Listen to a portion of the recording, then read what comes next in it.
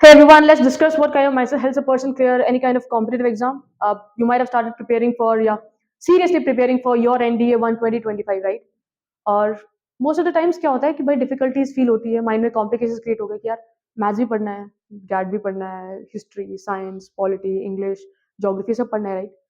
तुम्हें लगता है कि यार इतनी सारी चीजें इतने कम टाइम में कैसे होगा? तो यहाँ पे तुम्हारे माइंड में क्रिएट हो जाते हैं कॉम्प्लिकेशंस। तुम्हें चीजों को ना एकदम सिंपल रखना है। You are preparing for a competitive exam, right? है ना? कॉम्पिटेटिव एग्जाम के लिए प्रिपेयर कर रहे हो, तुम्हें ये होना चाहिए कि भाई मेरा मैक्सिमम आउटपुट कैसे दिखेगा। मुझे ये नहीं करना है कि भाई मुझे फॉर एग्जाम्पल मैथ में 300 में से 300 लेने हैं, या मुझे गैट में 600 में से 600 लेने हैं। नहीं, मेरा तो ये एम होना ही नहीं चाहिए। मेरा एम होना चाहिए minimum efforts, maximum output. Minimum efforts के साथ max output, maximum output, right? क्योंकि हमें ये प्रूव नहीं करना कि how much knowledge we possess. हमें मतलब किससे भाई कॉम्पिटेटिव एग्जाम क्लियर करना, राइट? तो मिनिमम एफर्ट्स के साथ मैक्सिमम आउटपुट है। तो यहाँ पे ना चीजों को बहुत सिंपल रखना है। फॉर एग्जाम्पल अगर तुम एनडीए की बात करते हो और यहाँ पे तुम गैट की बात करते हो, राइट? तुम्हें पता है कि भाई एनडीए का कट ऑफ 75 to 80 जाता है ना? और इफ अगर तुम 120 क्वेश्चंस में से सिर्फ 40 क्वेश्चंस करते हो ना, तुम्हारा स्कोर 100 का हो जाता है। 100 का सिर्फ 40 क्वेश्चंस 100 मार्क्स। कट ऑफ से तो वे अबव है ना। फॉर एग्जाम्पल अगर तुम्हारा कट ऑफ 90 भी चला जाए but still you have 10 plus ऊपर, बट तुम ये टारगेट मत सेट करना। टारगेट 50-60 का तुम रख सकते हो, है ना? बस 50-60 क्वेश्चंस करना है। आप मेरे को एक बात बताओ, जब ये तुम 120 क्वेश्चंस की बात कर रहे हो, तो ये 120 क्वेश्चन सारे टफ लेवल के होंगे क्या? टफ लेवल के नहीं होंगे। फॉर एग्जाम्पल अगर 20 क्वेश्चन एकदम टफ है जो तुम्हें समझ ही नहीं आ रहे, still you have 100 question, right? और 100 क्वेश्चन में ऐसा तो नहीं होगा ना कि भाई सारे ही मीडियम लेवल के होंगे, कुछ होंगे बहुत ईजी, देखते ही सॉल्व हो जाएंगे, राइट? फॉर एग्जाम्पल अगर वैसे क्वेश्चन को हम 25 to 30 भी पकड़े, बाकी बचे कितने क्वेश्चन तुम्हारे पास इन एंड अराउंड 65 to 70, है ना? और इसमें सारे थोड़ा टफ होंगे। तो तुम्हें चेक करना है कि भाई किस वे में हम चीज़ों को मैनेज कर सके और पेपर निकाल सके। समझ रहे हो? अब यहाँ पे जब तुम्हें ना, अगर फिर तुम एनडीए की बात करते हो, तुम्हें पता है कि भाई क्लास 11 क्लास 12 आ रहा है, तो क्या 30 के 30 चैप्टर्स मेरे इंपॉर्टेंट है? नहीं, मुझे कुछ specific, I tell you 15 chapters है जो मुझे एकदम मास्टर कर लेना है। और इन 15 चैप्टर्स में से ही तुम्हें मैक्सिमम क्वेश्चंस दिखेंगे तुम्हारे। और 15 चैप्टर्स को एक बार तुमने कॉन्सेप्ट के साथ पढ़ लिए, पीवाईक्यूज लगा लिया, तुम्हें सिर्फ एक ही काम करना है, दैट इज रिवाइज। और बच्चे क्या करते हैं भाई, सब न्यू न्यू न्यू न्यू पढ़ेंगे, रिवीजन मारेंगे नहीं। अब रिवीजन मारोगे नहीं तो तुम्हारी पुरानी चीज याद कैसे रहेगी? पुरानी चीज याद नहीं रहेगी तो ये 50-60 क्वेश्चन जो आराम से बनने थे, वो आराम से कैसे बनेंगे? कॉम्प्लिकेशन मतलब 300 का है, मुझे कितना स्कोर 75 to 80 कट ऑफ निकालना है। अगर मेरा मैथ डिफिकल्ट है तो सिर्फ आई एम कितना 50 to 60 क्वेश्चन का, राइट? उतना स्कोर बन गया तो पेपर निकल जाएगा। और 30 की 30 चैप्टर थोड़ी ना पढ़ना है। टारगेट जो प्रेपरेशन हमेशा एकदम स्पेसिफिक होनी चाहिए। स्पेसिफिक प्रेपरेशन होनी चाहिए।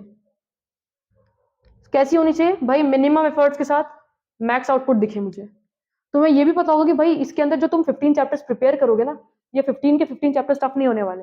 यू हैव मैट्राइसिस डिटर्मिनेंट्स, तुम्हारे पास 3D होगा, वेक्टर्स होगा, जिसमें से फ्री के मार्क्स टाइप बन जाएंगे, कोनिक्स है तुम्हारे पास, राइट? तो इसके अंदर सारे चैप्टर्स में इक्वल एफर्ट्स नहीं डालने। इसमें होंगे कि भाई कुछ 5 चैप्टर्स जिसमें तुम्हें ज्यादा एफर्ट्स डालने पड़ेंगे। मतलब जो तुम्हारा कैलकुलस वाला सेक्शन है, क्योंकि इसमें फॉर्मुले ज्यादा है, टाइप्स ज्यादा है, राइट? बट ये 15 चैप्टर्स को अगर तुमने मास्टर कर लिया ना, तो ये 50 to 60 क्वेश्चन आराम से बन जाएंगे, हल्के हाथ से बन जाएंगे तुम्हारे, राइट? गैट की बात करेंगे, हमें 600 में से 600 थोड़ी ना लेना है। तो हम थोड़ी ना कि भाई सारे टॉपिक्स को इक्वल इंपॉर्टेंस देके पढ़ेंगे, नहीं। हमें पता है भाई जो इंपॉर्टेंट है वो पढ़ेंगे। इंग्लिश पढ़ेंगे और साइंस पढ़ेंगे। क्या पढ़ेंगे? इंग्लिश और साइंस पढ़ेंगे। और उसके साथ साथ जो टॉपिक्स में हमें पता है कि भाई पॉलिटी में कुछ ये इंपॉर्टेंट टॉपिक्स है, इसमें से क्वेश्चन आते आते हैं, तो पॉलिटी करेंगे, ज्योग्राफी के कुछ टॉपिक्स पढ़ेंगे। अब मेरे को एक बात बताओ, अगर तुम्हें मिनिमाइज करने एफर्ट्स और मैक्सिमाइज अपना आउटपुट करना है, तो करंट अफेयर्स में टाइम वेस्ट करना चाहिए क्या? करंट अफेयर्स में टाइम वेस्ट ना करके जो टाइम तुम्हें करंट अफेयर्स में देना चाहिए था, वो टाइम तुम अगेन इस वाले सेक्शन में डिस्ट्रीब्यूट कर लो, इंग्लिश में, साइंस में, पॉलिटी और ज्योग्राफी में। ताकि देखो करंट अफेयर्स तुम्हें नहीं पता कहाँ से आने वाला है, बट तुम्हें पता है ना कि भाई इसमें से पक्का पक्का क्वेश्चन आएंगे, इसमें से 50 क्वेश्चन आएंगे, इसमें से 50 क्वेश्चन। अगर ये जो टाइम तुम करंट अफेयर्स पढ़ रहे थे, वो टाइम यहाँ पे डेविएट करके अगर तुम यहाँ से 3-3 क्वेश्चन भी एक्स्ट्रा सही कर लो, तो 20-30 मार्क्स तुम्हारे ऊपर हो जाएंगे। तो चीजें टफ नहीं है, तुम लोग टफ बना देते हो कि भाई ये भी पढ़ना है, वो भी पढ़ना है, वो भी पढ़ना है, वो भी पढ़ना है।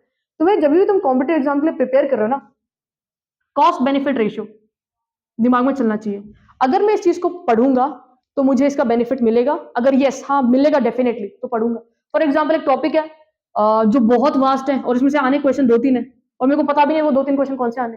तो ये 100 आवर्स यहाँ पे डिवोट करके जस्टिफिकेशन होगा क्या इसका? नहीं होगा, राइट? ये 100 आवर्स तुम इसमें डिस्ट्रीब्यूट करके मैथ्स में डिस्ट्रीब्यूट करते, तुम्हारा स्कोर और अच्छा हो जाता। तुम्हें 30 मार्क का थोड़ी ना प्रूव करना है खुद को कि देखो जो 2-3 क्वेश्चन पूरी दुनिया नहीं कर पाई वो मैं कर पाया हूँ। मतलब तुम क्या कर रहे हो यहाँ पे? अपने फालतू के एफर्ट्स बढ़ा रहे हो, ना आउटपुट दिखेगा वहाँ पे। तो प्रिपरेशन लॉजिकली होनी चाहिए, सब कुछ नहीं पढ़ना है, कुछ पढ़ना है, अच्छे से पढ़ना है, रिवाइज करते पढ़ना है। ओके, स्टडी लेस, रिवाइज मोर, प्रिपरेशन एकदम एफिशिएंट क्वालिटी वाली होनी चाहिए। ऐसा नहीं अंधाधुंध जो दिख रहा है वो सब पढ़ते जा रहे हैं। क्लियर है ये चीज? कॉस्ट बेनिफिट रेशियो हमेशा दिमाग में, बेनिफिट मिल रहा है तो करूंगा, नहीं मिल रहा है तो छोड़ दूंगा। कॉम्पिटेटिव एग्जाम है, राइट? बेनिफिट मिल रहा है तो करूंगा, नहीं मिल रहा है तो आई लीव इट। इस वे में प्रिपेयर करो। ऐसा मत सोचो कि भाई यार 350 कैसे होगा, हो जाएगा आराम से। मैथ्स का तुम्हें थोड़ी ना इतना टफ चीजें हैं।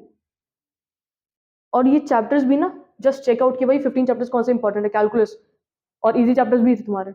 Okay, hope you like the video guys, all the best, अच्छे से प्रिपरेशन करते रहो।